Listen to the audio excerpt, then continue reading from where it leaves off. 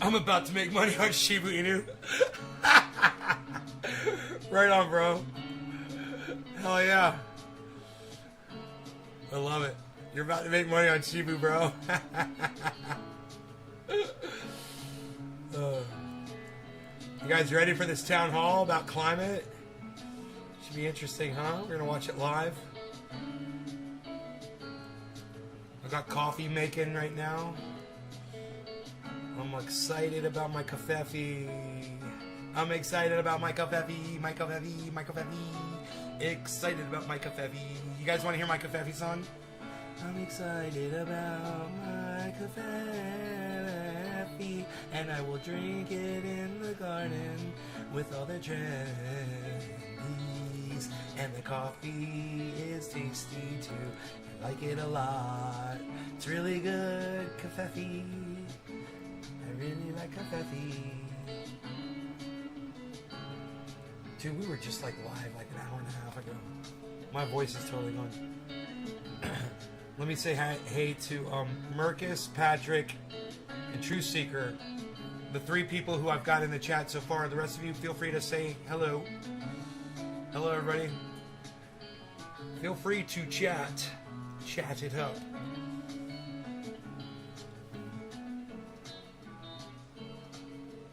You guys like that? You guys like this music? It's the music from the town hall. I was like, actually, it's really not that bad. It's like, it reminds me of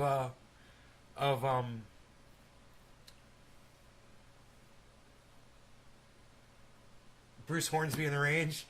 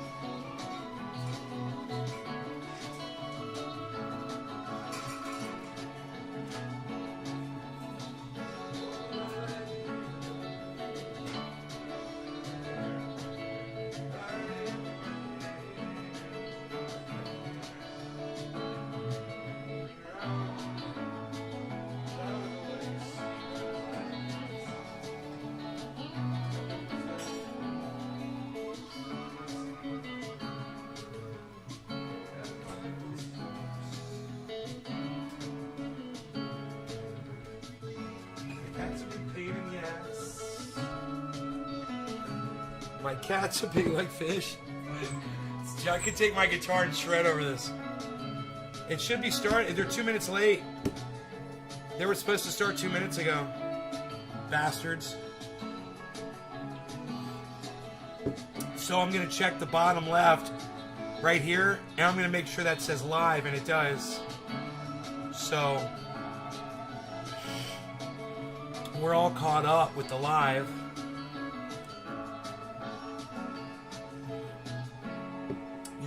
They want to hear what everyone else has to say, so they made sure to turn the chat off on the video. Nice, huh? I let him know. I sent him a message. Well, here we go. Let's start this town hall, shall we?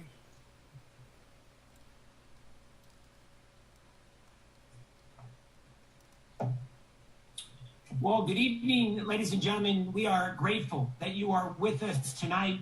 How you doing? My name is Mike McGuire, and I'm honored to be able to work with you in the California State Senate representing the North Coast in the Bay Area. And we are so grateful to our esteemed panel who is with us. We're going to hear from them in just a few moments. We want to welcome you to our town hall on the climate crisis. And I want to be candid here tonight. The alarm could not be louder. Climate change is here. The evidence is clear, and the impacts are dangerous. Experts believe that climate change has made California and the American West warmer and drier over the last 20 to 30 years. Extreme heat is now the top weather-related killer in the United States. Western states are now more susceptible to extreme drought and larger, more destructive, and more frequent wildfires. Our coastal communities are already experiencing early challenges with sea level rise. And we know that California's climate has always been variable. But those last couple of decades have been some of the hottest on record here in the Golden State. And we also know that this crisis is evolving faster than anticipated. Nice The sunset, communities, coffee. big and small, up and down the California coast, are starting to witness climate change damaging impacts. And if we don't act to mitigate climate change, our kids' lives, our grandkids' lives will be worse off than what we're seeing here today. And I firmly believe that there are solutions, but it's going to take all of us working together, advancing bold solutions to the most pressing challenge, and that's our climate crisis. And that's why the legislature here in California just acted. We approved the single largest investment in climate action in the history of the Golden State. Over $15 billion in funding to tackle the growing wildfire crisis in the state was allocated. We'll be investing in drought response and resiliency, helping communities prepare for extreme heat and sea level rise. And we're advancing funding for more sustainable agricultural practices. This investment is truly a nation-leading climate package. And while Californians have historically led this nation on emission reduction efforts, now more than ever, we have to redouble our focus to combat this growing crisis. And that is why we are so grateful that you have joined us here for this informative evening. And we are so honored that we have some of the top experts in America on climate change who are joining us on this all-star panel. God, clear your They're going to throat, be talking man. about their concerns. They're going to be providing their blunt outlook and, of course, advancing data-driven, science-focused solutions to the climate crisis. With us tonight, we are grateful. We have climate scientist Daniel Swain. He's from the Institute of Environment and Sustainability at UCLA. We're really grateful tonight that we have Christina Dahl here. She's a senior climate scientist from the Climate Energy Program with the Union of Concerned Scientists. Good evening to you. And of course, we have Peter Miller. Peter is the Director of Climate and Clean Energy with the Natural Resources Defense Council here in the Western region. Once we hear from this amazing all-star panel here tonight, we're looking forward to hearing from each and every one of you. And by the way, we have just got word we are now over 4,000 strong from all across Northern California joining us for this Climate Crisis Town Hall. Thank you so much 4,000. for tuning in this evening. 4,000 viewers. I want to let you know we've received literally hundreds of questions prior to tonight's town hall that were submitted via email. We're going to be getting to as many of those as possible. We're also going to be taking your live questions. I hearing sent in your a question. Concerns, of course, your comments, and yes, we want to hear your criticisms this evening. And it's criticism. There's two simple ways Money to be grab, able to I get said. in contact here this evening. Simply email us your live questions starting right now. Senator.mcguire@senate.ca.gov. Submit your questions. We look forward to hearing from you. Submit them to senator.mcguire@senate.ca.gov. If you're watching us on Facebook, simply drop a question. You guys get to see the comment in sunset. chat, and we'll get right back to you here with the answers. All right. Hi, Elizabeth. It is now time to be able to dig deeper. It's time I'm to going to get our refresh town the hall page. I'm going to refresh the page and see how many viewers. He said he has 4,000. over to then No, they have Swain. 418. As I said, Mr. Swain is a 420. climate scientist with the Institute 420 of viewers. Sustainability at UCLA. Mr. Swain is going to be focusing on 424, two very not important 4,000. issues. 400. Number one, how do we know that climate change is here? Two, how does climate change evolve in California and the American West? He's going to be providing an overview of early impacts that climate Hey, change smoke is rings, having smoke on the Golden rings State. time. Of We course, got sunlight he's for gonna be smoke looking rings. forward over the next 20 to 30 years and also doing a deep dive on the causes driving the surge and severe No longer going to cannabis. Cannabis is just throwing. Cheers, everybody. Advancing the all-important solutions as well. Mr. Swain, we welcome you. Thank you so much for joining us. I'll give you a 30-second prompt as you get close to time. The floor is yours, sir, and good evening. Well, thanks again for the invitation to join this conversation this evening. I'm really encouraged to hear that there are 4,000 people who are going to participate, because I think that's certainly the first stage in solving the underlying problem, is engaging and talking about it. So that's what we're going to do this evening. I'm a climate scientist, and so obviously I study the atmosphere and the ways in which it's changing over time, and in particular the ways in which this changing atmosphere is affecting weather and extreme events like droughts and floods and wildfires, the kind of stuff that really concerns us all. And really what I'm here to tell you tonight is that climate change is here, not just in California, but globally. This is no longer a prediction about something that's going to happen in the future tense. This is an observed reality all around us today, not just here, but all around the world. And I think that became a much more visceral experience for a lot of people in California over the past 5 years or so, because we have seen so much drought and so many wildfire disasters on a level that we really hadn't seen before in this part of the world.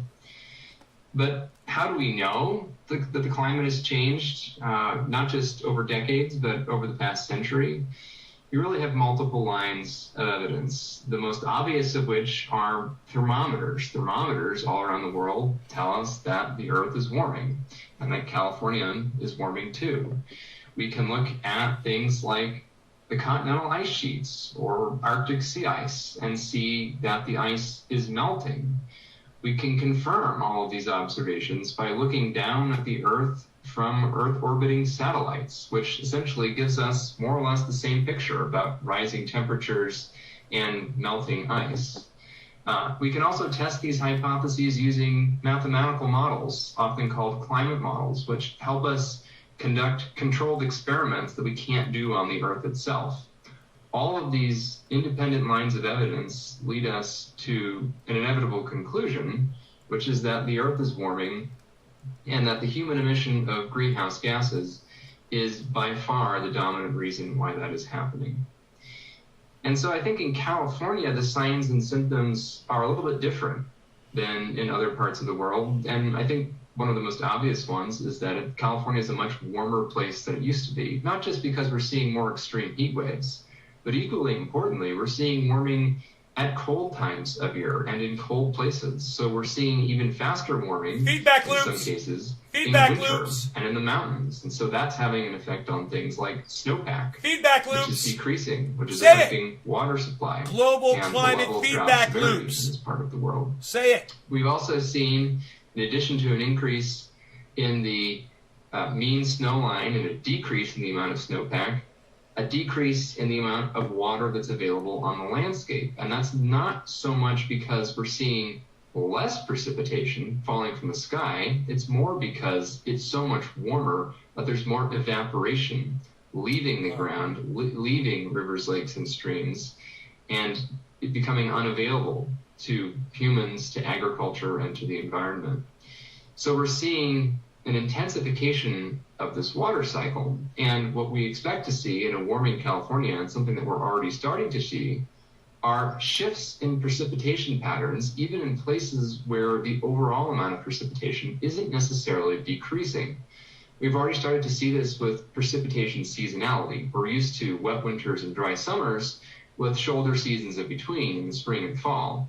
What we're starting to see are drier falls and drier springs, Hey, Nick. but not necessarily drier winters. And so what we're seeing is a sharpening of that existing seasonality in California's precipitation, along with the warming and the increased evaporation. So what does this mean? Well, it means we've seen a lot more drought, and we've seen a great number of extreme precipitation events interrupting those droughts, all while our average precipitation hasn't changed a great deal over time. And so one of the challenges that results from this, in addition to increasing drought severity, is an increase in the intensity and severity of wildfires. And so this is one of the reasons, the increasing aridification of the landscape due to warming is one of the key reasons why we've seen such an escalation in California's wildfire More crisis feedback loop. over the past several decades. That's exactly It what certainly he's isn't talking the only reason, but It's it is not- a major It's contributing not factor. saying what it's called. And something that we haven't seen so much in recent years, but is a significant concern to the scientists who study this sort of thing, is that we may eventually flip the hydrologic coin to the other side of the spectrum. In other words, we've been worried a lot about drought and water scarcity recently. And then it starts too much water. And then we get flooding. We've already talked about flooding. Over the past decade, so much precipitation. We won't know what to do. Mudslides and earthquakes. In the warm climate, we also expect to see much more intense atmospheric river storms, these intense bursts of rainfall. Pretty smart for an old man, aren't I? Flooding and other sorts of problems. Pretty smart for an old man, aren't I? As the climate warms, in addition to this increasing scarcity of water much of the time, those dry periods are more likely to be interrupted by large storm events and major floods. And even though that's something we haven't seen recently so much, it looms large in climate risk projections for this part of the world. Humidity, this leads to evaporation. What we have termed in our own research an increase in precipitation whiplash, this notion that you go increasingly from one side of the spectrum where things are very dry to the other where conditions are very wet in quick succession and alternate back and forth with increasing frequency. Mudslides. But outside of California and across the American West, the overwhelming indicator of climate change has been through these rising temperatures and an increasing water scarcity. This is true all across the Colorado River watershed, which supplies a good portion of California with its water, as well as in the Golden State itself. So this is not a problem that's isolated to California. This is something that's happening really all around the American West and is contributing to this increase in drought severity, as well as the escalation of the wildfire crisis outside of California. And so I think one of the messages that I'm hoping to convey tonight, and I think that some of the other panelists will have similar messages, is that while this is a very big global problem that we are not yet taking seriously enough, not taking essentially the measures that are commensurate with the scale of the problem yet, it is eminently a solvable problem still, even today. No way. If we do the right thing. Bullshit. And actually take the problem as seriously. Let's agree to disagree, as the pal. Appears to be all around us, and I think we've had lots of evidence of that. Yeah. This past summer, not just here with the wildfires in California, but all around the world over the past year or so, with the extreme floods and extreme heat waves we've seen on multiple continents. And in California, there are some potentially unique opportunities to not only mitigate climate change by bringing emissions to zero and eventually make solving some money the opportunities, problem, but also to adapt to the kinds of changes that we know are coming. The increase in extreme weather events and extreme droughts or extreme floods, for example. California is a place that sees a fair bit of both of these things. And so it might be possible, for example, to use excess water that occurs, that is present during the floods of the future to mitigate the drought risks of the future. When it comes to wildfire, most ecologists and fire scientists agree that one of the most promising avenues for reducing risk is to literally fight fire with fire and reintroduce or expand policies of prescribed or managed wildfire at a much lower intensity to avoid the catastrophic fires later on. In about 30 seconds. Great. And so these are these opportunities to both mitigate and adapt to the changes, to minimize the changes that we see, and also to adapt to the changes that are inevitable, both in this part of the world and elsewhere.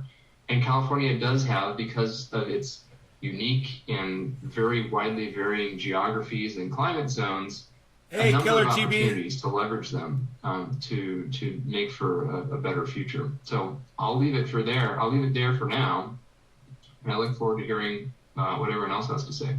Thank you so much. That's Daniel Swain. Daniel Swain is a climate scientist, of course, with the Institute of Environment and Sustainability at UCLA. We are now going to be turning it over to the senior climate scientist from the Union of Concerned Scientists. And we are grateful that Christina Dahl is with us. She really focuses and specializes in extreme heat as well as sea level rise. She's going to be focusing on both of those aspects that are related to climate change. She's going to be talking about the impacts of climate change on people's lives across the nation, what can be expected in the future. She's going to do the deep dive into extreme heat. She's going to be doing a deep dive in sea level rise. And of course, she's also going to be offering some solutions to us here this evening. Ms. Dahl, we're really grateful that you're with us. Thank you so much. The floor is yours, and I'll give you a 30-second prompt.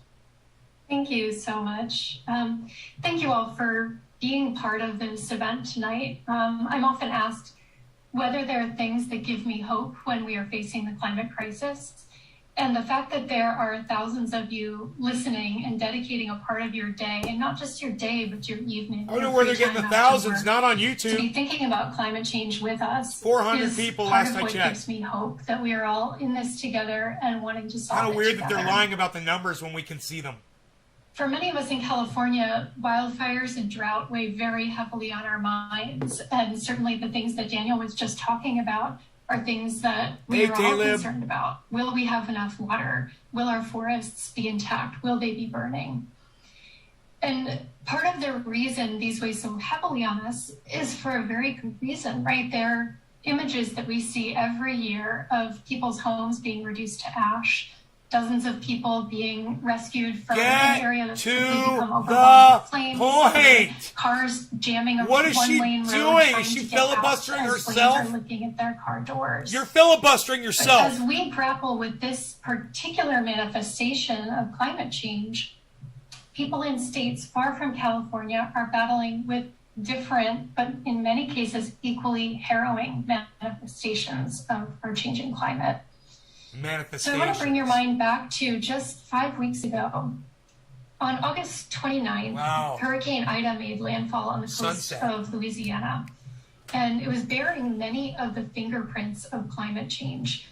The storm had just undergone a rapid intensification, going from a Category 1 hurricane to a Category 4 hurricane in about 24 hours, which is something that more and more hurricanes are doing as our climate warms. The storm had drawn strength from the abnormally warm waters of the Gulf of Mexico, which were made warmer by climate change. And the storm surge associated with the hurricane was deeper and farther reaching because the sea level is higher than it used to be because of climate change. When people who had evacuated in advance of the storm returned to their neighborhoods, they were met with a brutal heat wave. Not only that, they had to weather that heat wave without power, or in many cases, running water. And so we started to see the ways in which a storm, which you could think of as an isolated event, really causes a cascade of different crises.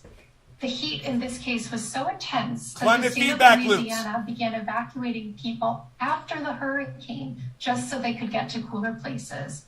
Because, as the senator mentioned earlier in the evening, heat is the #1 weather-related killer in the United States. Power was restored to most of New Orleans within about a week after the storm's landfall, so many had endured a week of having no electricity. But there's still about 3,000 people in hurricane-affected areas outside of New Orleans who lack power 5 weeks after the storm. So these are the kinds of events that climate change is really throwing at us. Stronger storms that are causing more devastation in our communities. And on top of that, are more likely to coincide with other weather-related events like heat waves. Feedback loops. Additional strains on things like our electric grid, which have a lot of deferred maintenance and are in desperate need of upgrades. So whether it's Gulf Coast residents trying to rebuild their lives in the midst of power outages, or farmers in the Midwest losing crops due to unending rains, I don't know why they won't use the term global climate feedback loop. In Florida showing signs of kidney injury because of repeated prolonged shifts of work in extreme heat.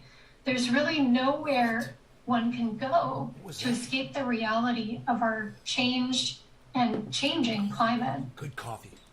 But to bring it back to the Western United States, I want to talk about the two threats that California is facing that I've worked on in recent years: extreme heat and sea level rise. Okay, good. Work that my colleagues and I have done has shown that the frequency of extremely hot days, so those would be days where there's a heat index or a feels like temperature above 100 in California, are poised to triple between now and the middle of the century if we fail to reduce our carbon emissions globally. Okay. That means there are more days that are dangerous to the health of everyone who's outdoors, but particularly people whose jobs require them to be outside, of which there are millions in the state. They are the people who are picking and harvesting our food and making sure that we have a beautiful salad on our plates at dinner time. They're the people who are delivering our packages during a pandemic so that we can stay safe at home. We're your waiters. Within that mid-century We're your time truck frame, drivers. there are also about 20,000 homes across California's coasts that are at risk of chronic flooding due to sea level We're your rise. janitors. As with so many of the impacts of climate change, both sea level rise and extreme heat fall particularly We're hard your on chefs. low-income communities and communities of We're- color in California. So We're your while we school are teachers. already feeling the early effects of climate change today, there are much more severe impacts headed our way if we don't reduce our heat trapping emissions now. So to minimize the impacts of global warming, we Okay. have to quickly and fully wean ourselves off of burning fossil fuels. Bullshit. Transitioning every car, every home Bullshit. to run on clean electricity. Bullshit. Because that can't happen These in are a scientists? day or even a year or even 5 years, we also have to be preparing ourselves and our communities Wow, man. for more She's a frequent scientist. extreme heat, larger Cheers. wildfires, Wow. more intense storms, greater uncertainty Goodness about gracious. when and where and how much water is going to fall. California has already demonstrated really out of the box, leading edge thinking about this problem, both historically and in recent years. Just to name one program, the state is exploring the idea of buying out homes that are at risk from sea level rise at a fair value to the current homeowners, and then renting those homes out either to the current homeowners or to others until they can no longer be occupied. That'll because solve of climate sea level change. rise. That'll That's solve something climate that change. no other state in the country is thinking about or talking about, and is the sort of innovative solution we need to be thinking about. We also already have some of the strongest guidelines in the country for where and how coastal communities can build along the coast. So it's going to take much more to get from where we are today to a future that's safe for everyone. so More bold tasty. visions, more money, Buttery more of a good. focus on how to right Hey, the Lou. historical wrongs of racism that are currently putting people of color at greater risk. The thing it can't take is more time. We have a narrow window of time in which to avert some of the worst consequences of climate change. And so it's imperative that we begin to act now. Thank you all so much. You I'm really looking do forward to not your know. You questions. studied all that and you Thank didn't so learn much, the, Ms. Dahl. That's right. We're the going to biggest questions lesson. here in just a bit. They're gonna We're read gonna mine, folks. guys. You can submit your question. You're live. They're gonna We're read taking my them live here question. tonight.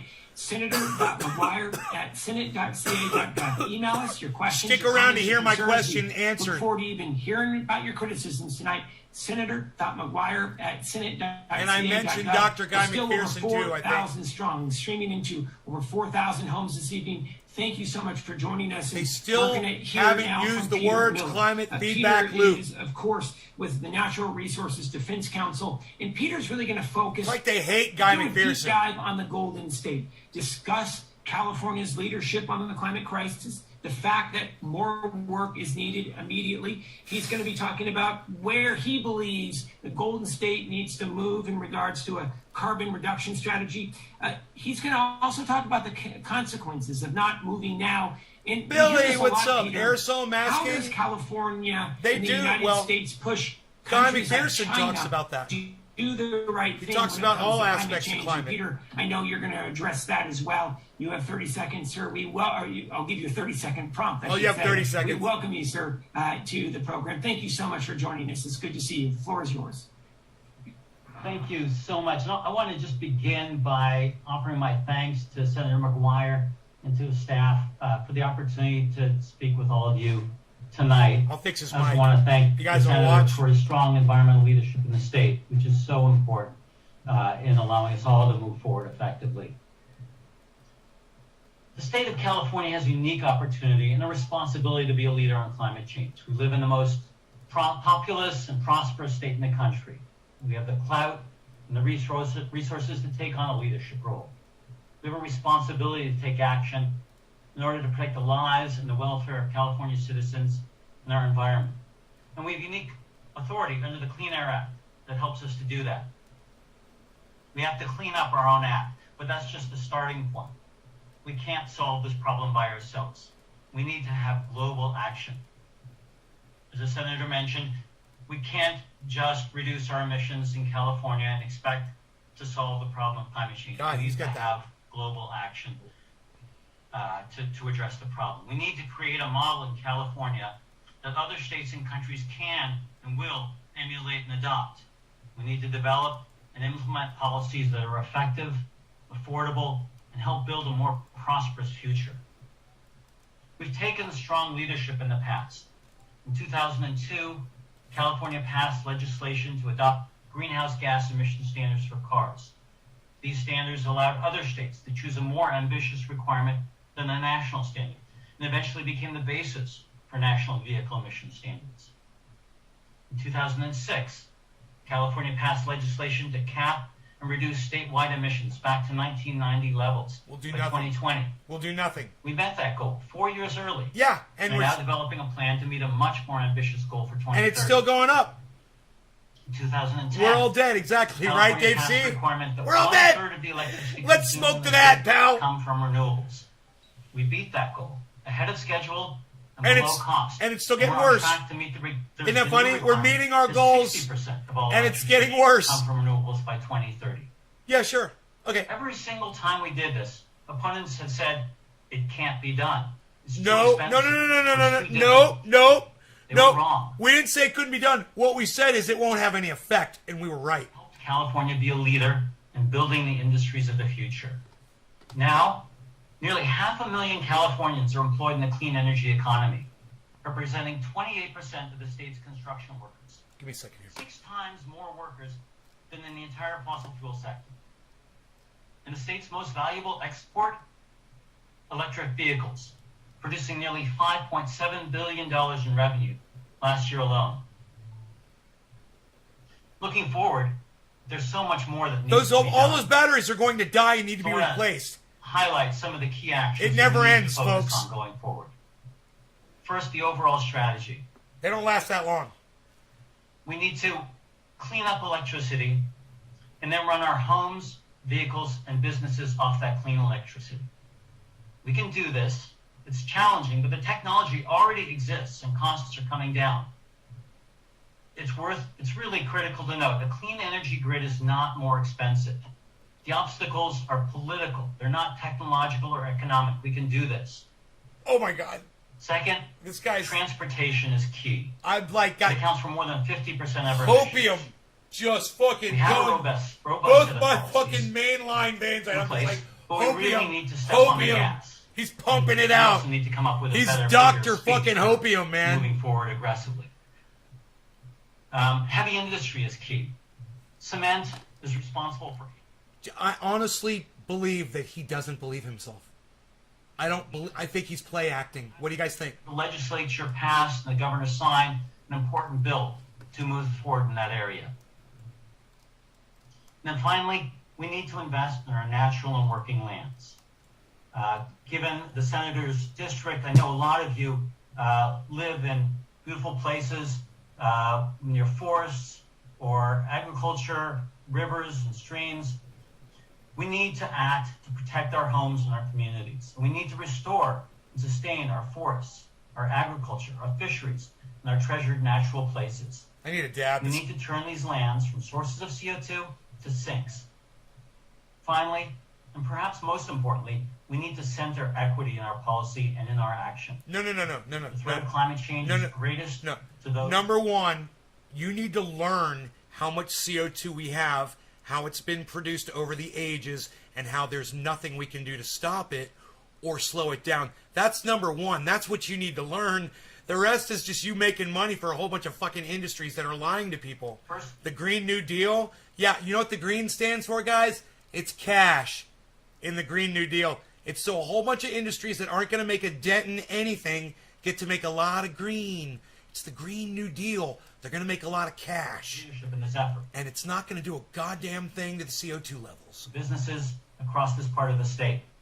I want you to keep your eyes out for innovative investments in forest resilience, Oh, yeah, invest! and climate-smart agriculture. There it and is. Other important programs that are going to be rolling out soon. Watch, keep your eye out for those investments. Put your Second, money out there, folks. The Air Resources Board is developing a blueprint for meeting our 2030 goal. Just give us your They have money. the work cut out for them. We know what to do with Pace it. of reductions We know has exactly how to increased spend your money. fourfold to get to the 2030 goal. Hopium, 30 hopium. seconds. A key focus in that effort will be on how we integrate natural and working lands into that plan and how we turn those lands from sources of emissions to growing sink. Cheers. No And longer finally, cannabis is just a month from now, world leaders will be gathering in Scotland to negotiate an international agreement on how to address the threat of climate change. No rush. California has been a leader on the world stage for many years, given our leadership. And we will have a substantial presence at that meeting. Fortunately, this time we'll be joined by a national delegation led by a president who's committed to strong climate action. That's all my prepared comments, and I look forward to the questions and the discussion that follows. Money Thank grab. you so much, Peter. Thank you, Peter. Thank you, Christina. Daniel, thank you Money so grab. much. All right, we're going Money to grab. get into your questions and comments right now. Want to remind you, if you'd like to be able to add to this conversation, we more than welcome you. Please hit us up right now, senator.mcguire@senate.ca.gov. We're taking your questions, your comments live right now, senator.mcguire@senate.ca.gov. We have literally hundreds of questions that have been coming in as Peter and Christina and Daniel's been speaking, and we're grateful that all of you are with us here tonight. Ask them Let's in get the right order they into came it. I'm in. going to go to each of our Ask them all-star in the order panelists they here to came be able in. to answer this first question from Kelly. Kelly wants to know, what is the number one thing that we can all do to curb climate change? Christina, 60 seconds or less, please. What is the number one thing we can do to help curb climate change? Then we'll go to Daniel and then Peter. Christina. Nothing. There's so many things that one can do, but because this problem can't fall on the shoulders of individuals alone, the number one thing you can do is hold your elected officials accountable. Anytime someone is running for office, make sure that climate change is a priority for them and that they are going to do everything they can to address Well, it. for that Green Because I New have a few more Deal. seconds, I will also Green New say, Deal. anytime you are making a big choice Green. in your life, like I need buying some a green car or where to live, For the green and the make the deal. lowest carbon choice you can. Gotta make some money. We all have things that we can do. We all Money, have money, things that are very difficult money. for us to do. And so Money. just bringing that awareness and intention into your everyday life is an important thing as well. That's Christina Dahl, senior scientist with the Union of Concerned Scientists. We're now going to go to Daniel. Daniel, of course, is a climate scientist at UCLA. All right, Daniel, Kelly asks, what is the number one thing we can do to help curb climate change? Daniel, take yourself off of mute if you don't mind. The floor is yours. 60 seconds.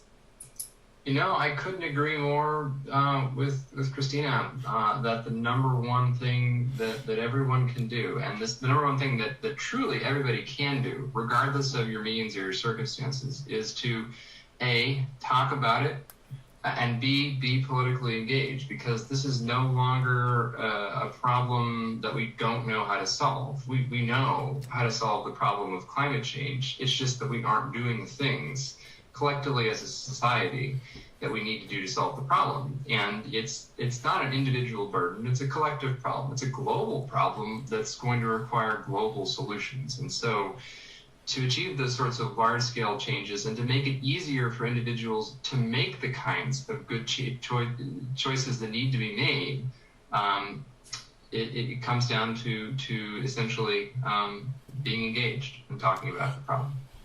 Daniel Okay, Swain, great. thank you so much. Here we Now are, go we're to Peter engaged. Miller. Peter Miller with NRDC, 60 seconds. Number one thing folks can do to combat climate change.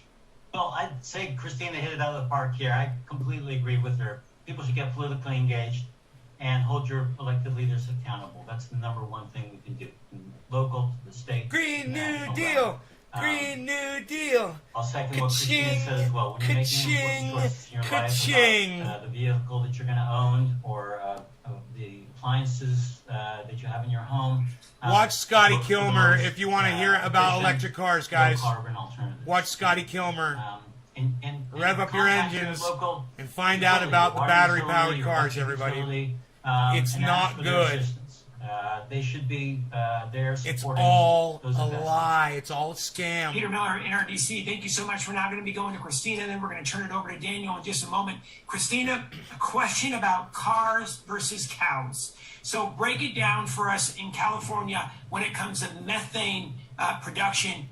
Who produces more, and Cows. what do you see as solutions for both cars and cows? Dude, when the Christina. polar ice caps melt, we're going to have so much Great methane, question, it's going and to destroy our I planet. don't have the exact numbers on hand, but I Talk do about know the polar ice transportation caps. emissions are the largest category of emissions in California. So They're also, because a lot of our communities develop with a car culture, it's not always easy to decarbonize How about Blue Jaws?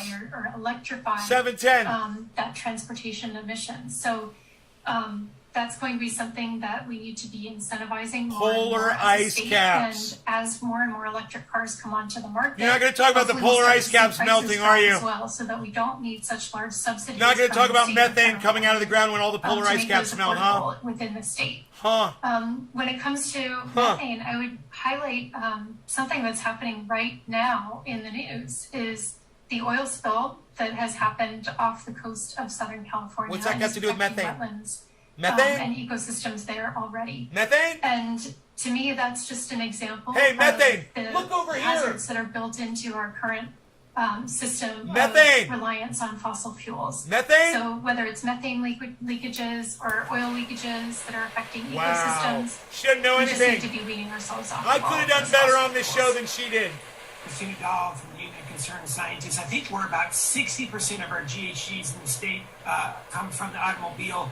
Less than 10%, I believe, comes from cattle. But obviously, both need to be focused in on. And Christina, do you Cheers. believe that Happy we're 710, eventually, I know everybody. this is going to be incredibly controversial, but all the low-hanging fruit has been picked, right? I mean, we need to start looking at bold solutions to be able to slow the speed of this climate crisis. I mean, we're going to have to eventually look at a phasing out of the combustible engine here in California if we truly hope to make a significant dent in this climate crisis. Christina, your thoughts? Then we're going to go to Daniel. 30 seconds, please, Christina.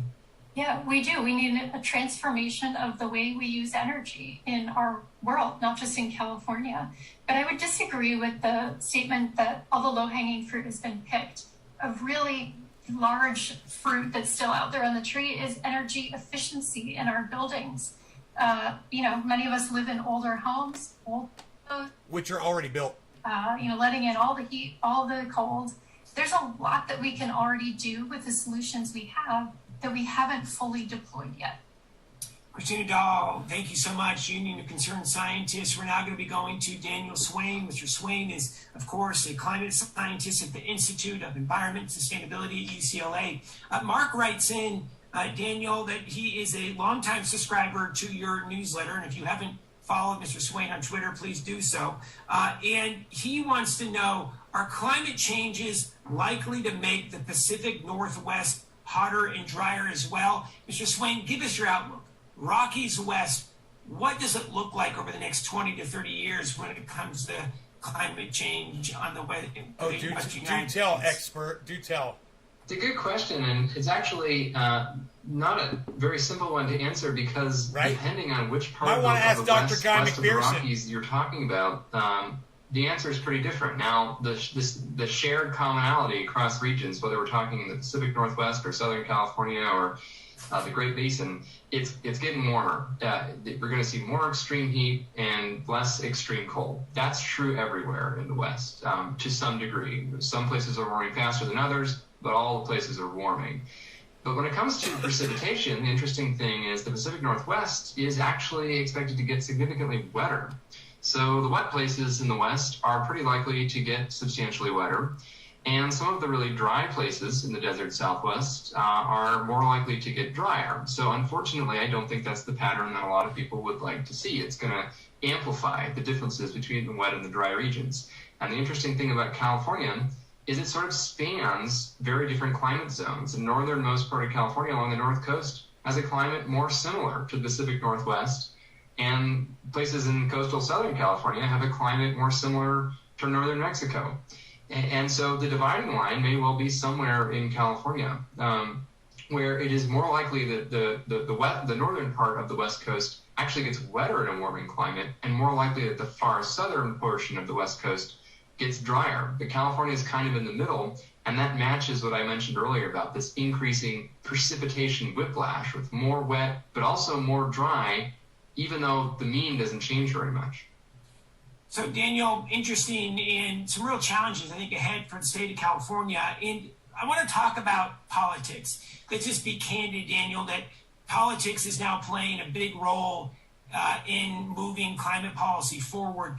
And I want to get to a comment and question that Judy has written in. She says, no, exclamation mark. Climate change is just another left-wing ploy to gain control and scare people who are too stupid to think for themselves. She then says in all capitals, the climate has changed since time began, and there's nothing we can do about it to change it. Mother Nature is watching you. Beware. So, Daniel, talk to Judy. What would you say to her? And is this political or is this real? Well, I actually get a lot of feedback from folks like Judy, believe it or not, and I think it is worth talking about. There's a couple of points in there that are actually correct. One of which is that the climate is always changing. I guess the second one's an opinion. I would agree that Mother Nature is always watching you. But when it comes to the reality thanks of for all the climate fish, change, Wesley. it's not political. Wesley, check out it's check out unfortunately Dave become C. partisan, Fishing. but it really shouldn't be political because it's just a factual reality. You know, you can go look at glaciers. There are people alive today who grew up living near glaciers around the world that look vastly different today than it did when they were children. So we know the climate is changing. There's no doubt about that.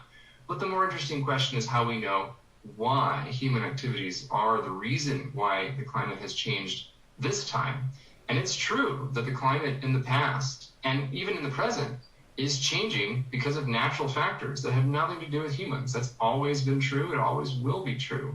But the problem right now is that the rate at which the climate is changing because of human activities completely outpaces any of the natural changes that are occurring at the same time. And so the real issue here is not that humans are the only force say the word exponential in the universe possible. You won't say the word climate feedback loop. You don't want to scare folks. At the moment, because then they won't spend money on your green New Deal. Changing way faster than it would have from natural factors alone. So, Daniel, if you were to say 3 decades ago, would you have thought that we would be at the place that we are now in regards to a changing climate, or do you believe it's been expedited?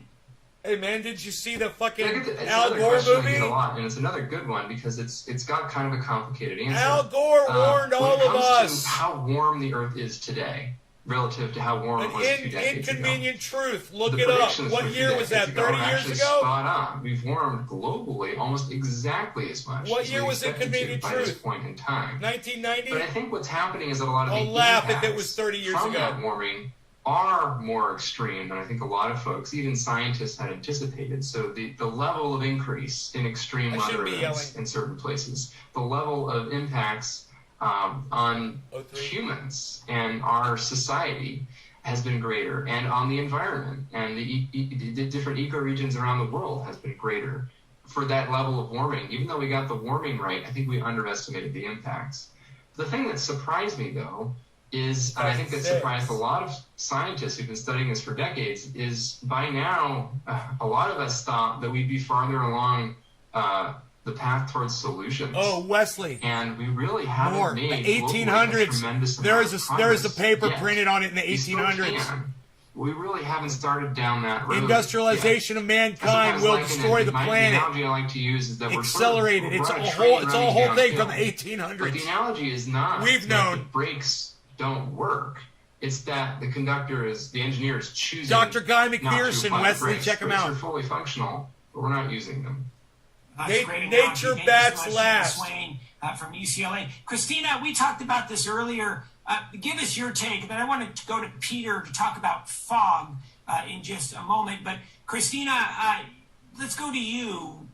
Your thoughts on where did you think we would be right now, 2021, with climate change? Do you believe that it's expediting? Give us your analysis, and I want to go to Peter Miller.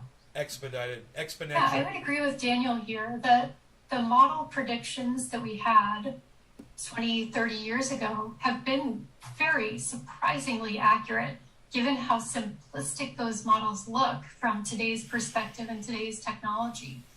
But in addition to some of the consequences of that warming kind of unfolding more quickly and more severely than we might have expected. And by that, I'm thinking of things like the strengthening of hurricanes, the increase in the size of wildfires. I think, to me, what's something that has been surprising is just how much of an impact those events have on daily life. You know, it's very easy from an academic perspective to say, you know, in 20 years, we anticipate there being 3 more Category 4 hurricanes in a given year. But that doesn't really get to what that means for people. And what we're seeing is that even though we've only warmed the planet by 1 degree Celsius in the past 120 years, we are already living in a deeply changed world. And those changes are affecting us much more profoundly than I would have expected. There you go. You know, as someone starting out in this field 25 years ago. Thank you. So, yeah, in many ways, we are where we thought we would be, and it's just worse than we thought it would be. Tina Dahl, thank you so much, Union of Concerned Scientists. We're now going to be going to Peter Miller from NRDC. Peter, we've been getting questions from folks who live in San Francisco, who live up in Bayside in Humboldt County, who live in Bodega Bay in Sonoma County about fog. All of these questions are related to each of these individuals believe that they're seeing less fog than they did 20 years ago, all long-term residents, San Francisco, up in Bayside, as well as Bodega Bay. So let's talk about fog. Then I want to get into wildfire in just a moment. Peter, the question is, for example, from Gregory, will Bay Area fog survive climate change, or is it anticipated that it's going to cease? Then we heard from James in Ileana. We have noticed after 20 plus years in our hometown in Big Lagoon in Humboldt County that we have less. Wesley, you really have to check out Nature Bats Last channel on YouTube. Nature Bats Last. Wesley, listen to me. It's Dr. Guy McPherson. He's the expert on this shit that you're talking about. Really complex. I totally agree with you. About how climate change is going to affect local weather patterns. But in general, the models are suggesting that we're going to see a migration northward of climate zones. So, I don't know what's stuck in that guy's throat, but how is that guy a politician with a voice like that? It's horrible. I mean, I've got laryngitis and my voice sounds better. Bay Area. And over time, we're going to see a hotter, drier climate along the coast. As Daniel said, there's a lot of complexities there, but that's certainly what we're anticipating. One of the challenging things about this is that we may see modest, small, maybe imperceptible changes year to year. And someone who's lived in a particular spot for 30 years may notice it. But over time, those will accumulate, and then they'll be punctuated by some of these extreme events, like we're seeing now, one of the worst droughts in California history, that may have a huge impact on local ecosystems, and communities. We're also, there may be these dramatic changes in climate systems that happen as we get further along the I got kicked in my nuts by my wife. Climate change. So there's growing concern about ocean current patterns, particularly in the Atlantic, but also in other parts of the world. Fog is highly dependent on the current ocean currents that we have in California. If those change, we're going to see a substantial impact on fog and other conditions in Northern California. Peter Miller. Peter Miller is with the Natural Resources Defense Council. Thank you so much, Peter. We're going to go to Christina. Christina, a lot of concern about the drought. And let's get into it. And then I want to go to Daniel because there's a question specifically about his opening comment. So we've heard that we may see more significant rainfall in a shorter period of time during a changing climate than we would have 50 years ago. So we're more dependent on these Pineapple Express storms, right? Than ever before. Pineapple Christina, Express! talk to us about solutions. Woo! Does Shout California out! build additional storage? Cannabis. Should we be looking at additional direct injection into the underground aquifer? Should we be looking at additional desalination? I think there's probably going to be several solutions to this, but let's talk about less frequent. Sounds like but you more swallowed intense Kermit the storms. Frog. How can California capture that water if we're looking at less snowmelt? Christina. A great question. So right now in California, we have an incredibly engineered water system, right? A system of reservoirs, of pipelines.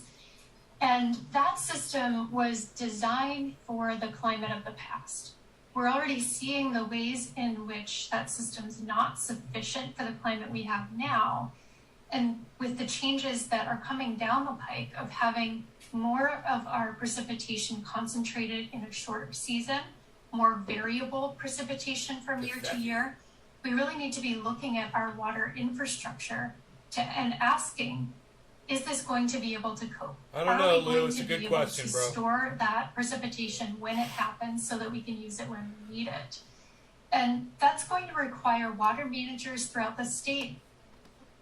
Billy, it's the little butterfly girl, the little bumblebee girl from MTV. Typically needed to be done in the past. In the past, they could look at total annual precipitation. All grown and up. That would be a sufficient guide for how to manage water in the state. But as we look at this more variable precipitation that's coming down the pike, we need to be saying, okay, do we need to expand our reservoirs so that we can capture more water when it's wet? Do we need to consider how we're allocating water to different sources to make sure that we can continue to have a thriving agricultural industry in the state?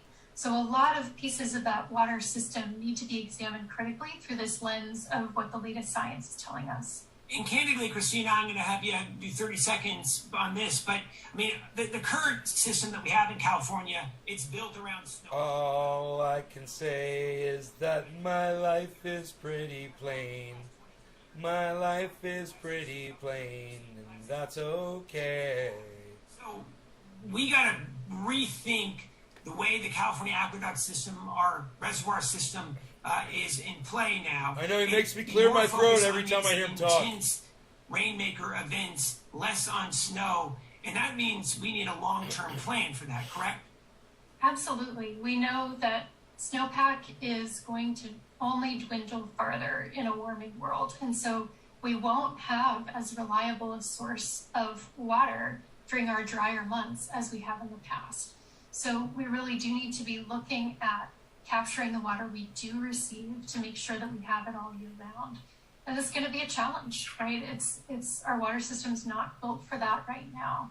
So we need to be, taking a very critical look at it and thinking about how we can upgrade it so that it continues to meet our needs. She's trying to do That's vocal what she's fry, done. She and is she's a going senior hoarse climate from doing it. scientist It's so with the funny. Concerned Scientists She's Report. like, oh, I She's here forgot to tonight. do vocal We fry. wanna Oh my remind God. you and So then thank she you. started doing I it, gotta say, we've been and she getting went hoarse doing it. questions and comments. We're going to go to as many as possible. And I want to say thank you so much Read to our panel here Ben's. tonight.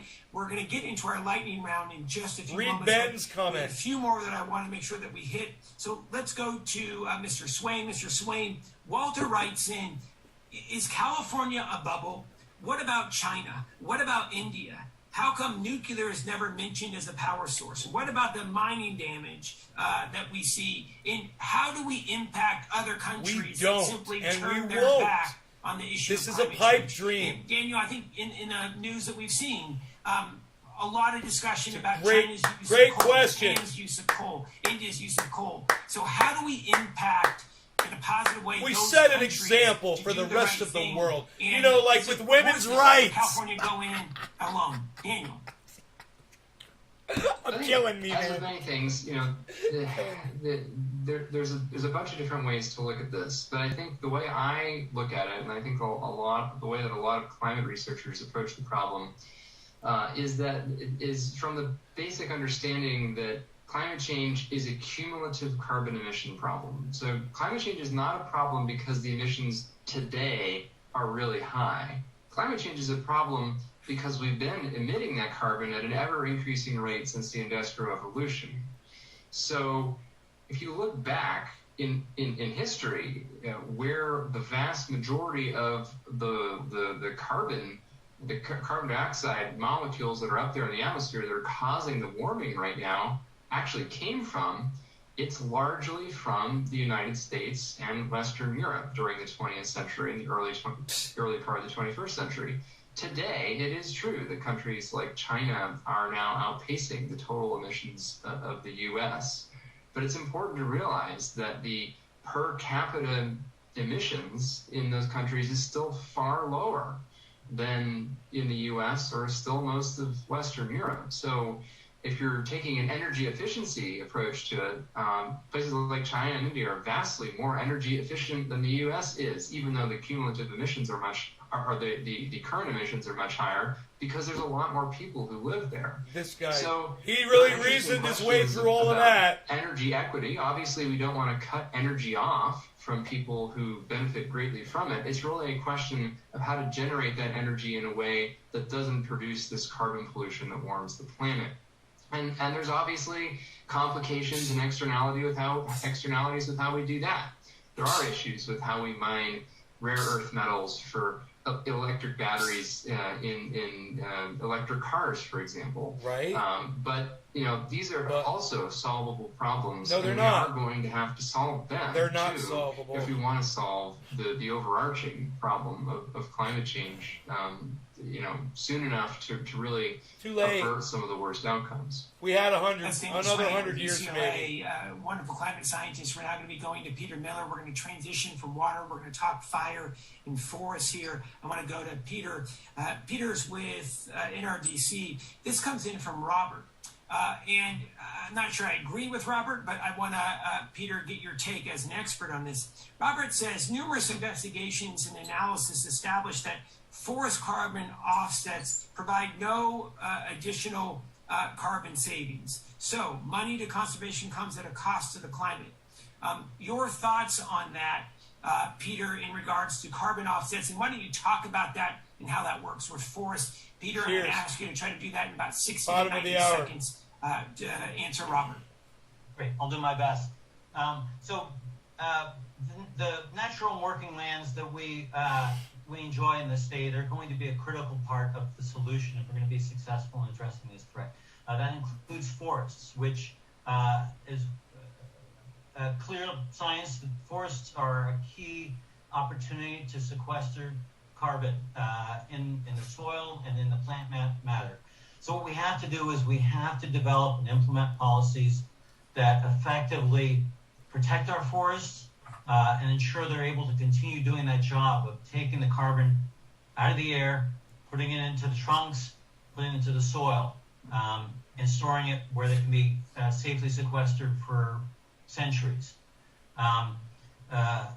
Those programs are challenging because it's difficult to measure and track and sustain programs that achieve that goal. So it's something that state policymakers, state agencies need to continue to work on. California is the leader in trying to do that effectively. I say success is mixed at this point, but it's a key area in which we need to continue working to make those programs successful and effective. We can't just walk away and say, well, it's not working. And Peter, your bottom line, 20 seconds. I'm going to go to Christina to talk wildfires, carbon offsets with force. Is that a strategy for success? Well, it can be a strategy for success. I've compared it in the past to seafood. The metaphor I use is seafood.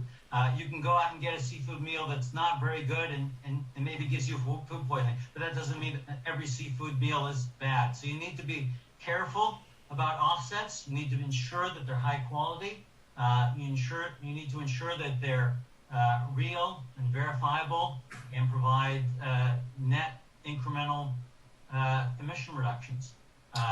And if we can do that, then they can be an effective part of our overall climate strategy. That's Peter Miller with the Natural Resources Defense Council. We're now going to go to Christina. Christina, we're going to go into the issue of wildfires. So we are, I'm not joking, we've probably received 36 questions tonight on wildfires and how climate change is impacting the severity and the size of wildfires. So Christina, break it down for us. We're going to ask you to try to do it in 60 seconds. I apologize. But so what's the relationship between climate change and the size, severity, intensity of wildfires? Christina. Sure. So by almost any fire metric that you look at, if you look globally, whether it's at the size of fires, the intensity of fires, the number of fires, they are all showing that they're growing worse and that there's a connection there to climate change. There you go. Here in California, the primary reason for that is that the climate's getting warmer, and that is causing the vegetation to dry out. When that vegetation dries out, it serves as fuel for the fires. They're ready to burn when anytime there's a spark. So there's a distinct connection here in the West and in California between the warming climate, the aridity or the dryness of our vegetation, and the increase in wildfire size. So the fires that we are experiencing this year, last year, the last few years that are larger than ever before, these are a hallmark case of how climate change is impacting the world around us. That said, it's not the only thing that's affecting fires. As someone mentioned earlier, the fact that we have neglected our forests and let them get overgrown over time has impacted fires. The fact that we have been suppressing all fires and not letting some fires burn, and despite the fact that fire is a natural part of California's ecosystem, that's also increased the load of vegetation that's ready to burn. We've also developed a lot of communities right alongside fire-prone places. And that means that there's more chance that human activity could spark a fire. And it also means that when a fire happens, there are more people at risk. So climate change is playing a huge and very clear role in driving these fires and making them larger.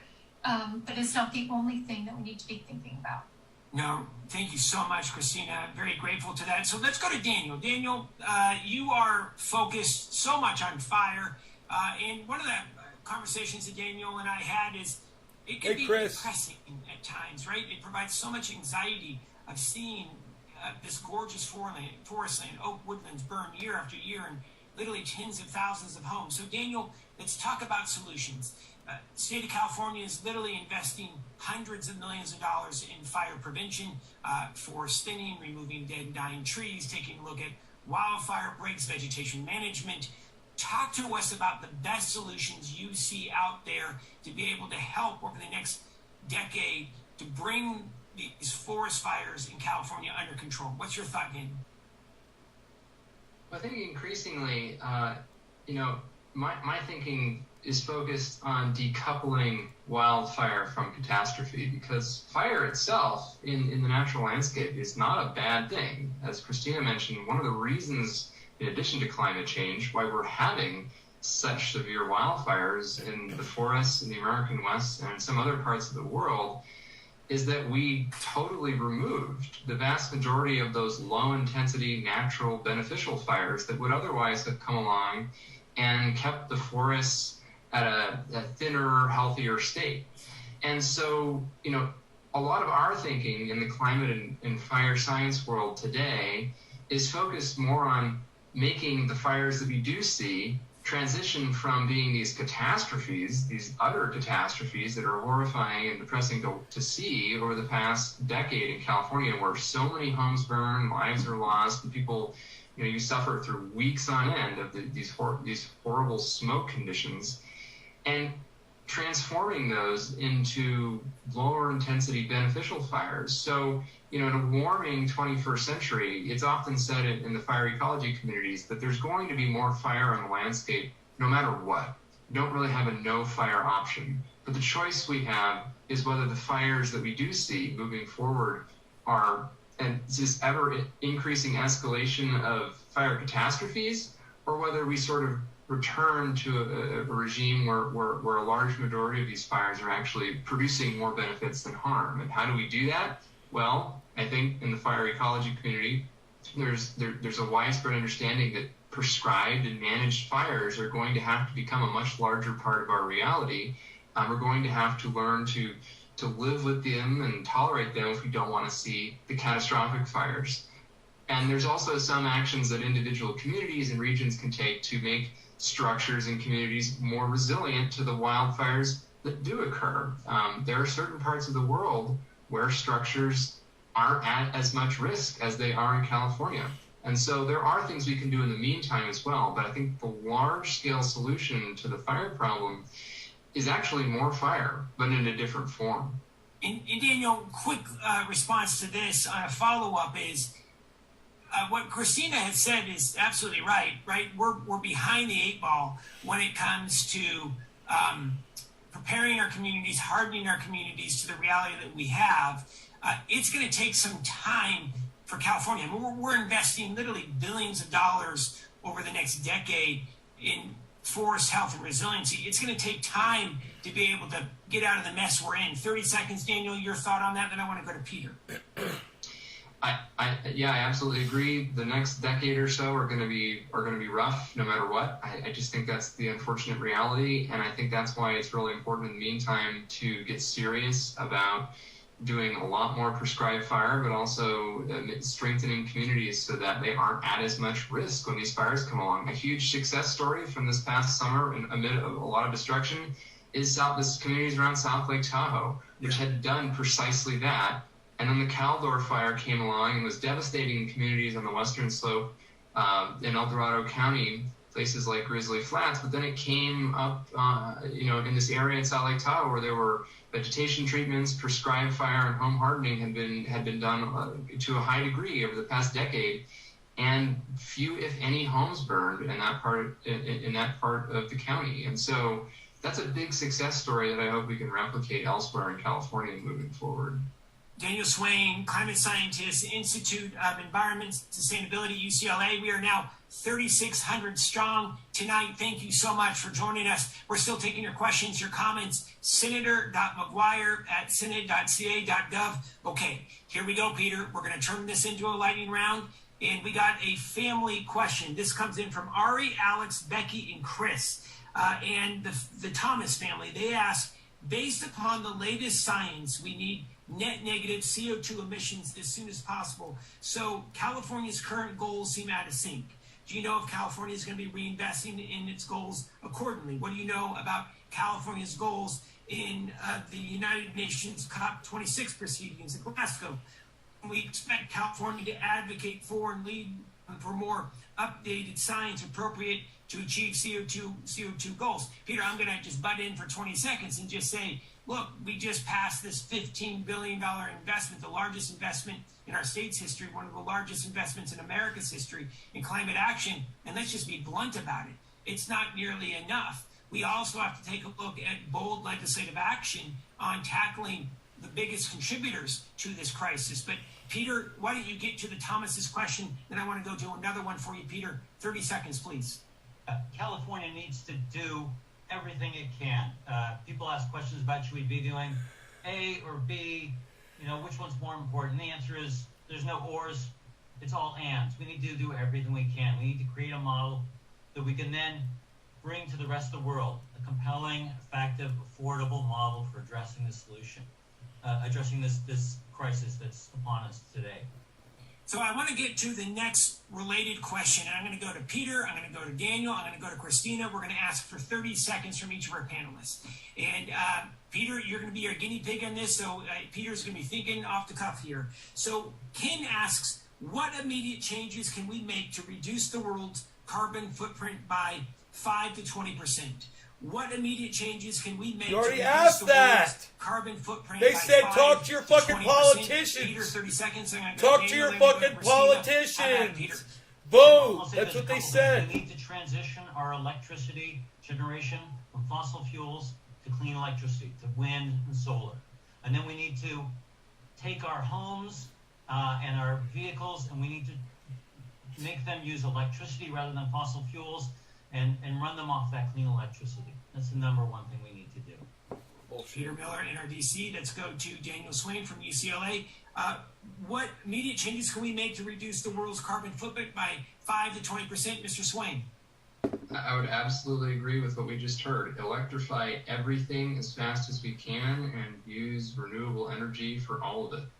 That's really the lowest hanging Where are you fruit gonna get all those batteries from? that can be Where are you achieved gonna get all that at a lithium local, from? regional, state, national Where are you level gonna get all that right now. cobalt from? Ms. Dahl, Where are you gonna get all those fucking PC boards What changes from? can we make to reduce world's footprint by 5 to 20%? Where are you gonna get all that gold from? I'd absolutely You're gonna need a agree lot with of gold. the previous two panelists, but I'd also add in that we've actually been through this experiment over the past 18 months. So last year we saw global emissions drop by about 6% as a result of a slowdown of the economy because of COVID. Think about the amount of pain and suffering that people endured to accomplish that reasonably small drop in emissions.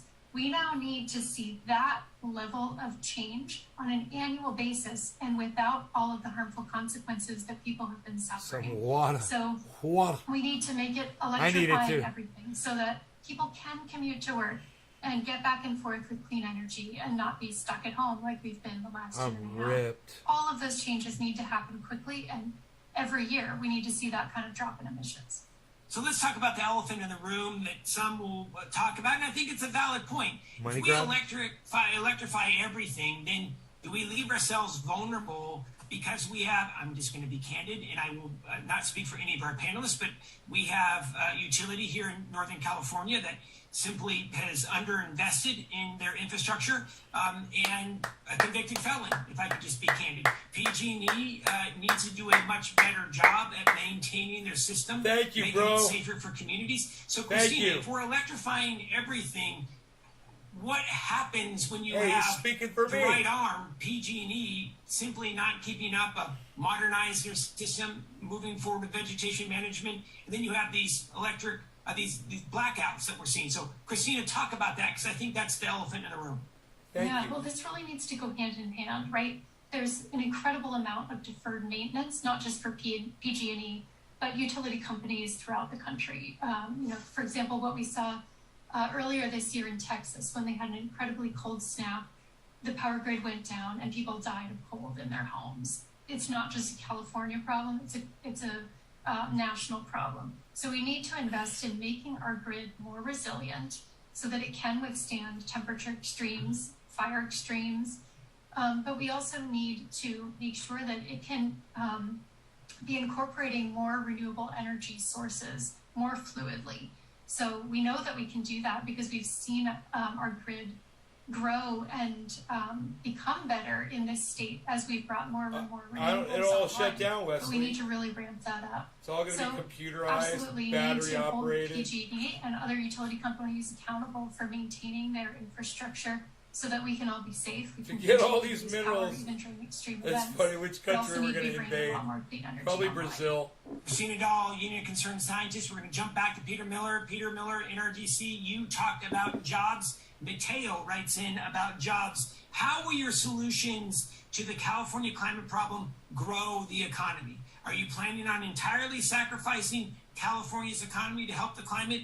Will new jobs and green energy be created? And what will they be? Should we be panicking, as you suggested in your opening statement, that's directed to me, or should we be focusing on finding actual feasible solutions? So, Peter, you talked about green energy jobs now outpacing fossil fuel jobs in this state. Talk about that, and what does this green economy look like? It's not just a buzzword, it's real. Talk about that, Peter. Yeah, so I think that perhaps the best thing that California can bring to bear in solving this problem is the innovation economy. California has been a leader in bringing innovation to the world, and in particular on clean energy. There's a fallacy out there that addressing the climate crisis is going to hurt our economy. The opposite is true, and we've been proven that over the past decades of action in California. Clean energy jobs is one of the largest and fastest growing parts of the economy. And as I mentioned earlier, our biggest export right now is electric vehicles. So we can build our economy, we can create good jobs for California citizens, and we don't have to sacrifice. Right now, solar energy is the lowest cost source of energy now. It's cheaper to generate using solar than to generate power from an existing coal plant. And that's in part because of California's leadership on the issue. So I want to put to bed this fallacy that somehow this clean energy transition is going to hurt the economy or hurt jobs. The opposite is true. It's Peter Miller from NRDC. Christina and I were talking about our kids before we went on air tonight. And a question comes in from Anna Rose. Anna Rose writes in, as a public school teacher, how do I explain to my students that we waited for this crisis to unfold before we finally decided to act? My high school students are keenly aware that they are inheriting a warming planet and trash-filled oceans, and it breaks my heart that we leave them with such a tragic legacy. Let's talk about that. Anna Rose writes in, Christina, you have a 10-year-old and a 13-year-old. I have a 6-month-old. I think a lot of what we do is doing it for our kids. So, Christina, what do you say to that public high school teacher, Anna Rose, about explaining to her students that we waited to act? Shit. Christina. Yeah, I think this is a moment when we as adults need to take responsibility and own our actions here. When I look at how little has changed since I started studying the issue of climate change 25 years ago, I'm ashamed. You know, I wish that we could have done so much more, that we could have taken the projections we had 30 years ago and acted on them instead of watching them play out. So we have made a huge mistake, and we've put our kids' lives and our grandchildren's lives at risk because of it. I would also encourage this teacher and anyone to connect her students to the youth climate movement. This movement of young people is global and more powerful, frankly, than any movement I have seen in this space over the past 25 years. Young people recognize that this is happening, that it's going to be primarily falling on their shoulders to deal with these changes, and they're mad about it, rightfully so, and demanding accountability and action from us adults. So I would say that, yes, this is really, really unfair, and yet you can join your voice with others and demand change. Absolutely, and getting back to what Christina had said earlier is the fact that we need to hold those government officials, state level, federal level, as well as those local level, accountable for moving climate action. Absolutely. I want to go to Daniel. Daniel, we have 2 comments coming in. Hey, Beryllium, right one on. from Ted, one from Dana. And candidly, they don't believe in climate change. I want to hear what you have to say, then I want to hear what Peter has to say. Ted says, Ted Ewert, I've heard the same nonsense for 30 years now. Stop spreading this BS and scaring people. Do something productive for a change. And then Dana writes in, this is a big planet, and we've been going for millions of years before man came along. Unless they can control the weather, we can only speculate why they get paid the big bucks, right? This is BS. So Daniel, what do you say to Dana, and what do you say to Ted? And then I want to go to Peter. Wow. Well, it is a big planet.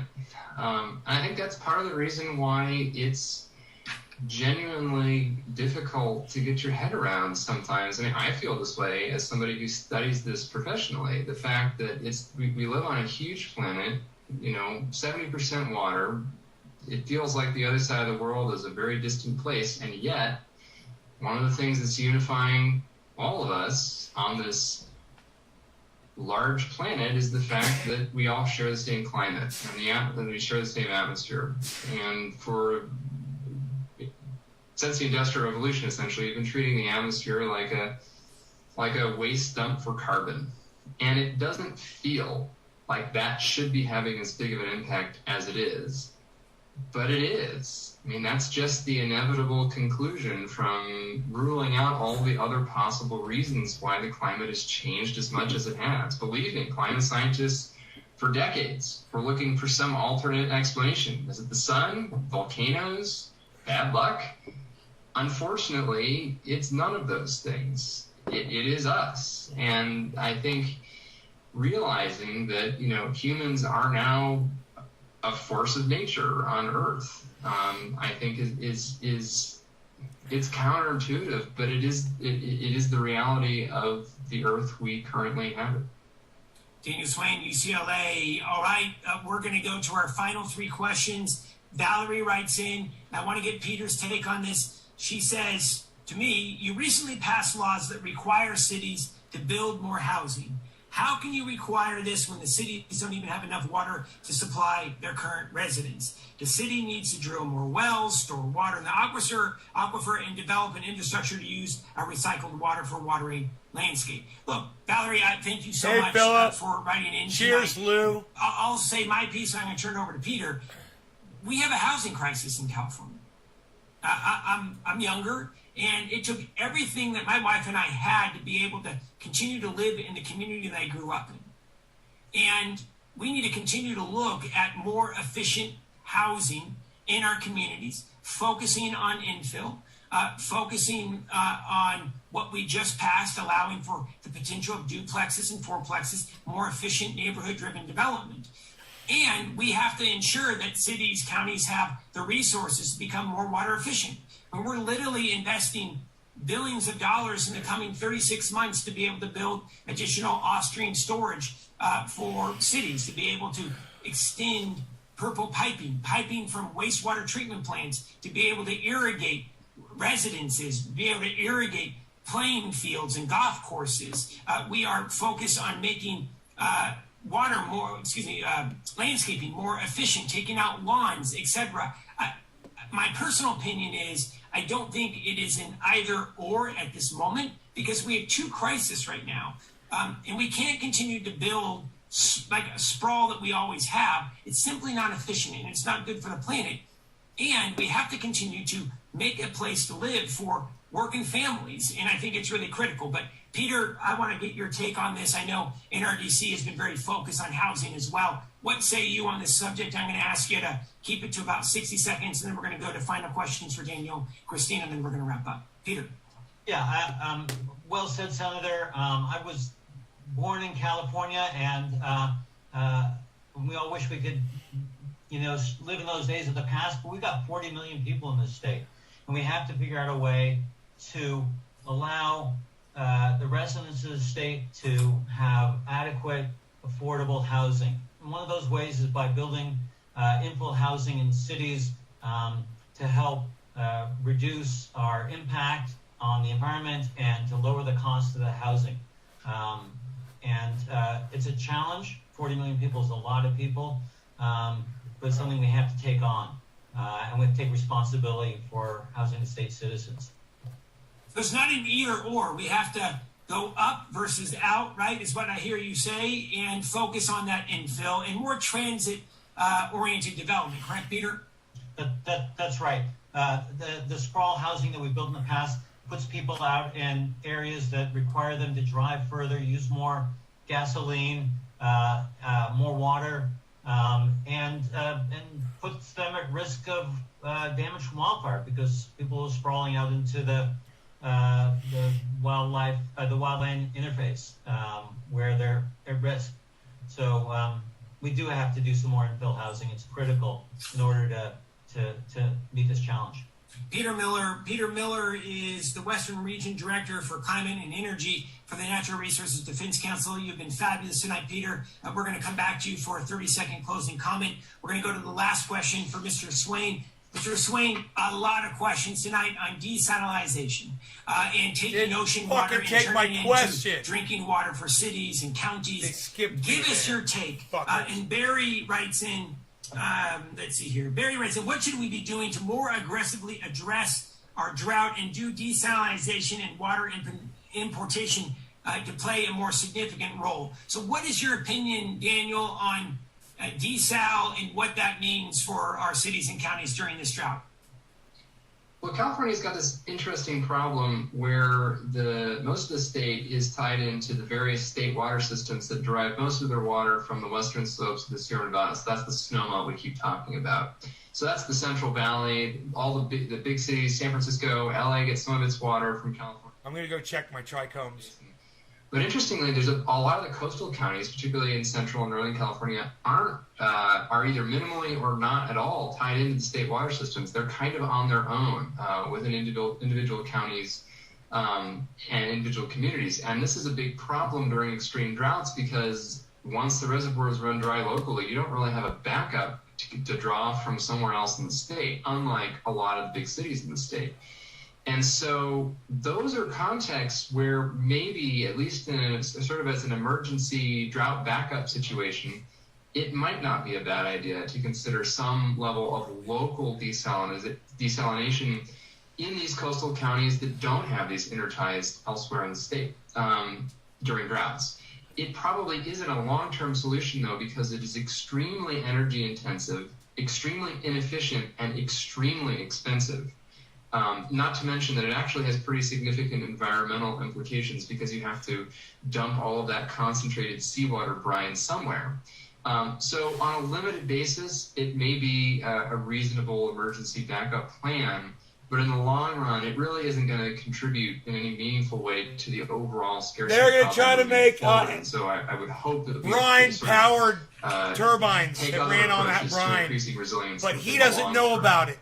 And he's a scientist, and I do. Desalination for communities. Thank you so much. He's a climate scientist, of course, with the Institute of Environment and Sustainability out of UCLA. Thank you so much, Mr. Swain. We're going to come to you for closing comments. We're going to ask each of our panelists, what keeps you hopeful in these challenging times? That's how we're going to end it here tonight. What keeps you hopeful in these challenging climate times? There's a lot of climate anxiety out there, but we're going to ask each of our panelists to chime in on that. But before we do, final question here to Christina Dahl. She's a senior climate scientist from the Union of Concerned Scientists. She focuses a lot on sea level rise, on extreme heat. Here we go. This last question for you, Ms. Dahl, coming in from Deborah tonight.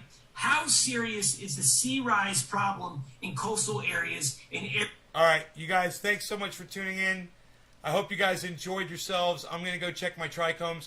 I was thinking I could, you guys could hear the rest of this if you want. I could go down and check it and leave this on. Areas by San Francisco Bay and I could have Bay, and what can be done grow on, about maybe, it. I don't know. Ms. Dahl, you have the final word. It's going to be dark down there. Sure. I'll be right back. So when we look at the state of California, the region that has the highest near-term risk from sea level rise is actually the Bay Area. And it's not the ocean-facing communities. It's not, the western shore of San Francisco. It's communities that ring the Bay.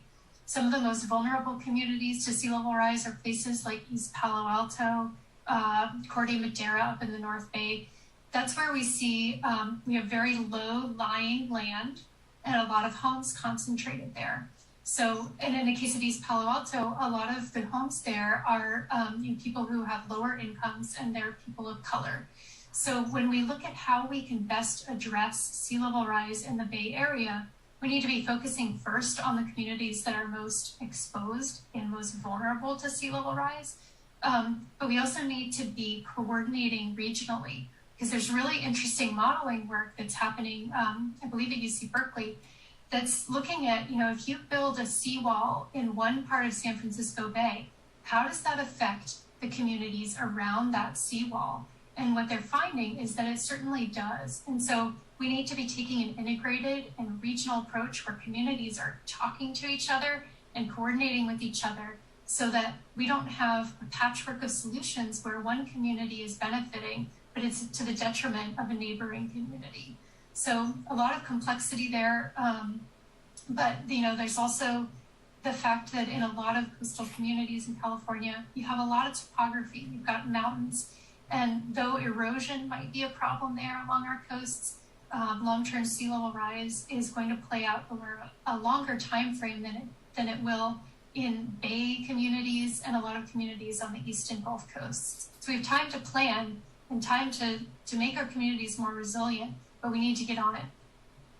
That's Christina Dahl. She is a senior climate scientist from the Climate and Energy Program with the Union of Concerned Scientists. Thank you so much, Christina. All right, closing comments from each of our fabulous panelists. We want to say thank you to Peter, thank you to Christina, thank you to Daniel. We're going to go in order from where we ended all the way up to where we began. So we're going to start with Peter. 30 seconds, Peter. What keeps you hopeful?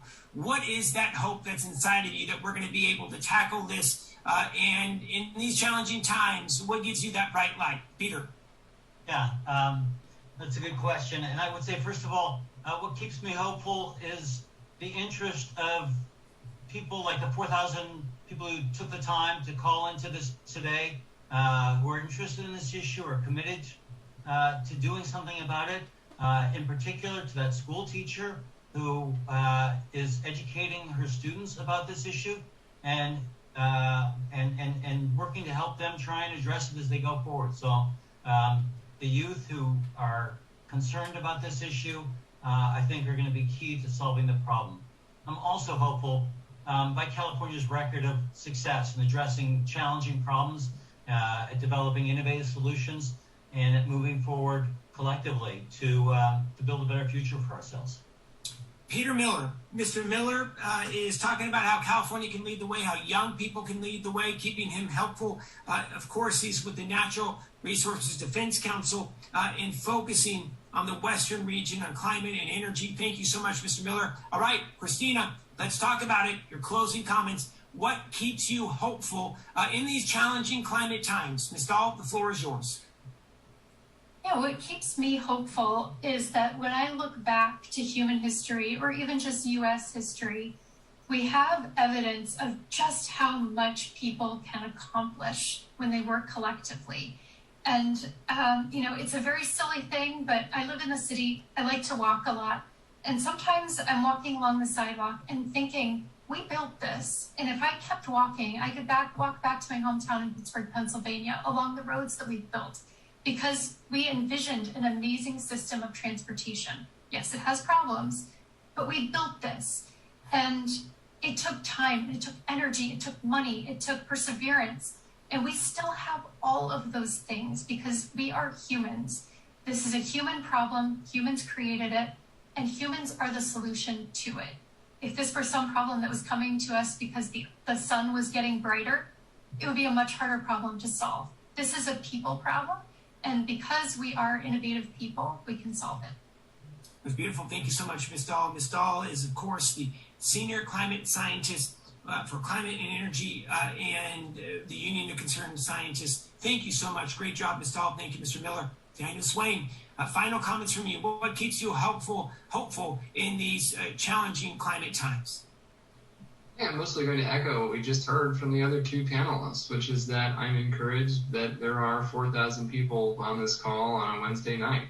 And also that from my physical science perspective, I'm encouraged by the fact that this is still a solvable problem. There's a lot of work to be done, and we need to do it sooner rather than later. But as Christina mentioned, this is not an asteroid or a comet hurtling towards Earth. This is fundamentally a human problem, which means that it has human solutions. And so I think that's what keeps me hopeful. That is Daniel Swain. Thank you so much, Mr. Swain. He is with the Institute of Environment and Sustainability at UCLA. We want to say thank you so much to each and every one of you for tuning in tonight. And I'll chime in on this. What keeps me hopeful? Living in California. The reason why I say that is that, the Golden State, we all have challenges. Every 50 states has challenges. But this state has a track record of innovation, of can-do attitude, and we have a track record of leading this nation, leading the planet on climate action. We've done it before, and Californians are going to demand it again. And we need to step up. We need to redouble our efforts. And what also keeps me hopeful is hearing from young people. The young people of this nation are fed up. They want to be able to move forward with positive change on climate change. They want action, and they demand it now. And that's why I firmly believe that our best days are still ahead. And the third reason why I'm hopeful, as much tragedy, and in the district that I represent in Northern California, there are very few areas in this country that have been hit hard as the North Coast when it comes to wildfires. And it's brought the issue of climate change home, and it's made it incredibly relevant. And I firmly believe that there are more people that are willing to sacrifice for future generations based off of the challenges that they're seeing right now on the ground because of the wildfires and because of the smoke. And as Christina said, when we work together collectively, we're going to get the job done. I want to say thank you. I want to say thank you to Christina. I want to say thank you to Daniel. I want to say thank you to Peter. Very, very grateful. We want to say thank you to Abby and to Sophia and to Carrie and to Rich, who are behind the scenes helping make tonight possible. And finally, we want to say how grateful we are to each and every one of you. We started out with over 4,000 folks on the line tonight. We're going to end this evening still with about 2,200 folks after an hour and a half of, at times, wonky conversation, critical but wonky conversation on the climate. And it is hopeful that so many of you have tuned in, have chimed in, and are willing to take action. Thank you so much for joining us. We are grateful. And I promise you, California is going to continue to lead the way. In our best days, they're still ahead. Have a great night. Thank you so much to our panelists, and thank you for watching.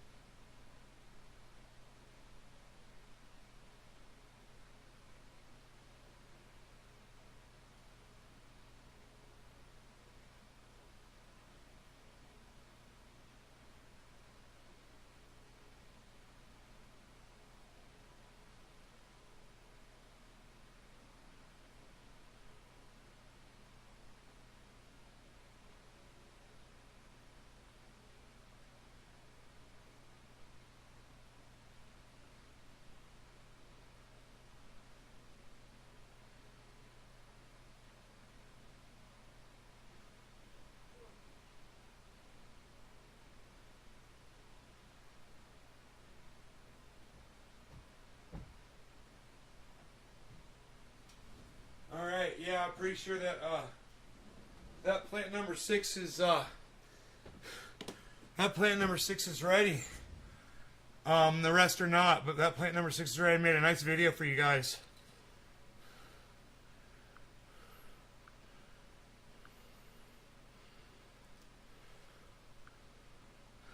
So I'm gonna try to. Now, there's some really shoddy photography in this for the first few minutes, so bear with me while I'm checking the trikes, okay? And then after I check the trikes, I really zoom in on the buds for you. Like I said, that wedding cake, man, it's ready. All right, here, check this out.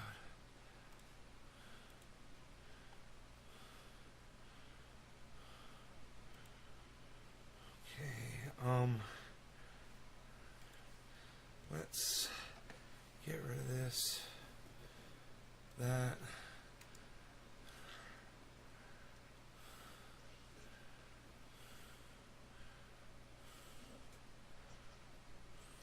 Okay, great. All right. A second here.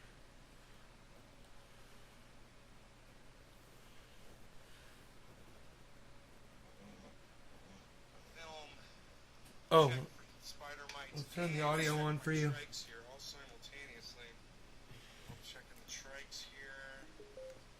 Open the door. Go, boy. Come on. Come on, boy. Come. Rogan, come. My butt up here against the... Come. You can do it. I give you a cookie. I give you a cookie. More cookie? Yeah, that's not lit up really good. I'm trying again here. I'm holding this. You can't see what I'm looking at. I'm looking at this bud right here. Oh, here we go. I can see now.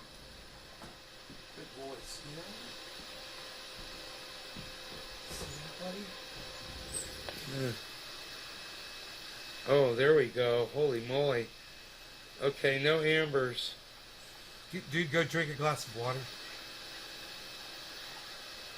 No amber trichomes right there. Talking about that guy on the...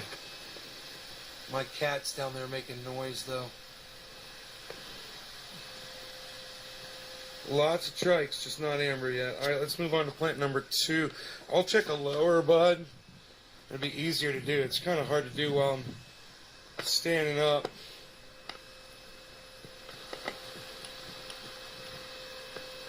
Fault lines. No amber trikes. No amber trikes. Okay, plant number 2, Sour D.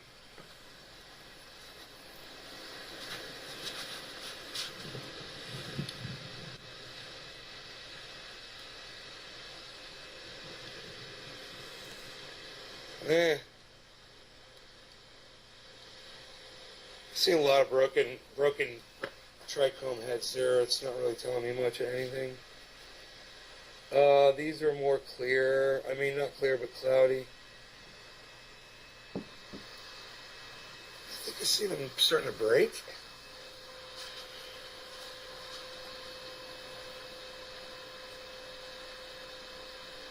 Okay, at least focus. There you go.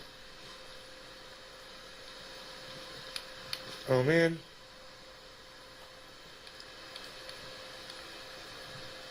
I'm not looking through the camera. I'm looking through the scope right there.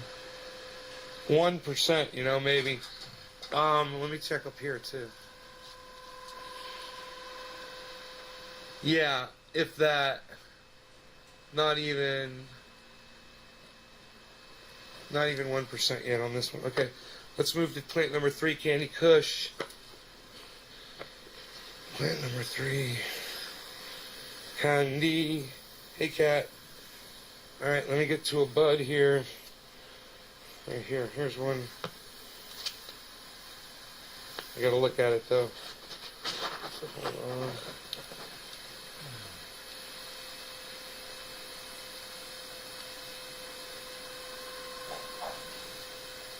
on. No, it smells great though.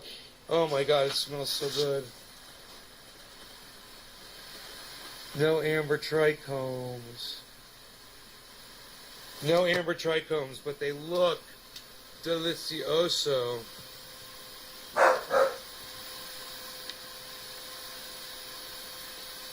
No amber trichomes yet, though. All right, let's move on to the next. Well, these are Mark's plants. I'm not as concerned about them, really, but I can look. Here, let me look at this one.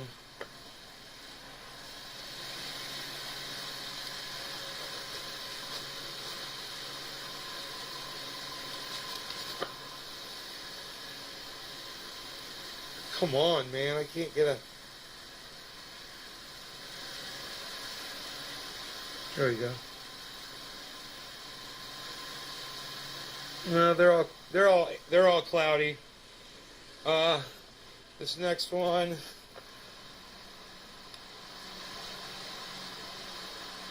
Plant number 5. All cloudy. Smelling good though. Oh man, smelling really good. Plant number 5. Holy shit! All right, plant number 6. This is that wedding cake. You see? Come here, you.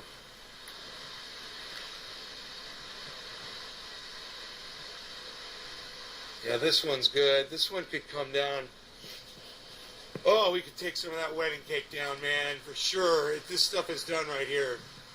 That stuff's ready now. It's got plenty of amber trikes in there. Delicioso. Yeah, this one's good.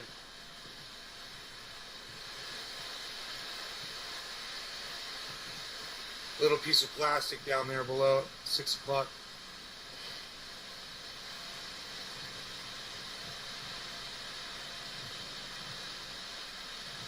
Look at that. Man.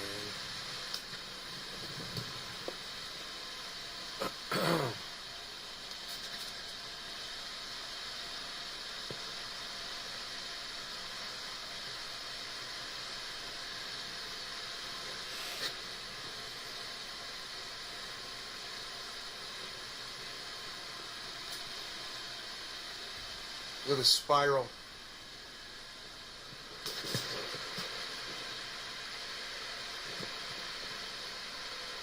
Mark said he'd let me have some of this. He said absolutely. He didn't even hesitate. Really cool, right? There's some plastic on that leaf right there. I think the bees is down here.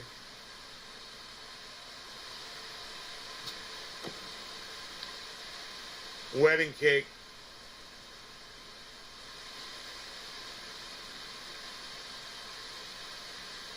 A purple action. Sorry for the horrible photography tonight, guys. Happy 7/10. No law regarding cannabis. NLRC, guys. naysgarden.com. Thank you so much. Peace. Alright, man. There you go. I hope you guys had fun. I'll see you in the morning. You guys take care. Bye, everybody. Love y'all.